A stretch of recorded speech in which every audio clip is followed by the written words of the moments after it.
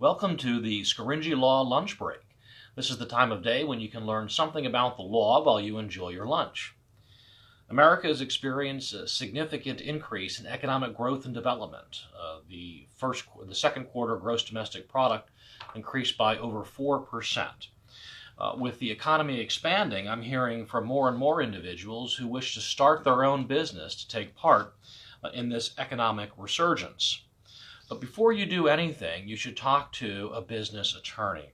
If you talk to me, I'll advise you to form the legal entity through which you wish to conduct this new business before you start conducting the new business. The main purpose in forming a business entity is to obtain liability protection.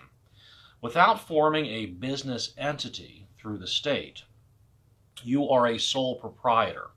If you've teamed up with a friend or an associate and you start to do business, you are a partnership. You don't have to file any paperwork with the state, and in fact, you don't. Just by operation of law, you're deemed either a sole proprietor or a partner in a partnership. And sole proprietors and partners in partnerships have unlimited personal liability for the debts of their business. That means your personal assets, from your home to your automobile to your stock portfolio, your financial accounts, can be seized by creditors of your business because you do not enjoy limited liability protection that you would otherwise receive had you formed a limited liability entity. And remember, half of new businesses fail.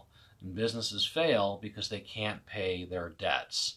That means creditors will be out there looking for assets to be attached in order to pay their debts, and you don't want them to get access to your personal assets. That's why smart new businessmen and businesswomen will form a limited liability entity, which gives them liability protection by state law.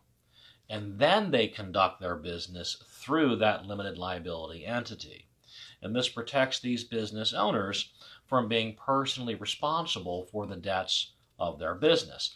Now, this protection is not unlimited, and creditors may seek ways around limited liability protections afforded by the law, but that discussion is beyond the scope of today's talk. We'll talk about it on a future event. Now, which limited liability entity should you form? Based upon the circumstances of your case, you may be able to choose from among the following: a limited partnership, a limited liability partnership, a corporation, or a limited liability company. Now, most new business owners today form a limited liability company instead of a corporation because regular corporations suffer from double taxation. Taxation of the corporate profits, and then taxation again on dividends. Some corporations can elect for single taxation under Subchapter S of the Internal Revenue Code, but that is beyond the scope of today's talk. We'll talk about that in a future session. An LLC allows its owners the benefit of limited liability protection that shareholders of corporations receive, and the partnership benefit or sole proprietorship benefit of single taxation. So it combines the best of partnership and sole proprietorship law and corporate law. It allows the pass through to LLC members of the profits and losses of the entity. So an owner of an LLC is called a member. An LLC can be managed by its members, or it can be managed by a manager. In an LLC, all the members have the same limited liability as shareholders of a corporation, and that's the most liability protection afforded by law. A multi-member LLC will automatically be treated as a partnership for taxation purposes, and a single-member LLC will automatically be treated as a sole proprietorship for taxation purposes.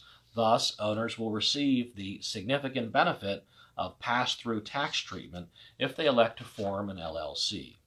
In short, the LLC gives you, as the owner, the benefit of limited liability protection that shareholders of corporations enjoy without the double taxation of corporate profits that corporations suffer. If you would like to learn more about starting a new business or forming a limited liability entity, give me a call at 717-657-7770.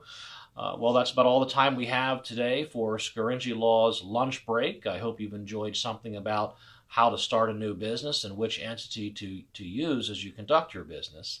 I hope you enjoy your lunch.